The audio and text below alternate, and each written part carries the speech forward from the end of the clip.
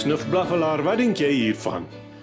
Met sulke kragtige agterpote loop die haas oor van selfversekerdheid. Ongetwyfeld sal hy tog die wenner wees van die resies. Watter kans staan die slak tog? Verstadig die toneel deur jou geestesoog, geagte leser. Die bekoorlike bewegings van die haas wat snel deur die groen weivelde, terwyl grashalms onderdanig moet terugbuig, of uit die grond geruk word deur blitsvinnige pote. En slak, hy verloor die resies teen 'n slakkepas. Wat is die les wat ons daaruit leer? Belê in hase.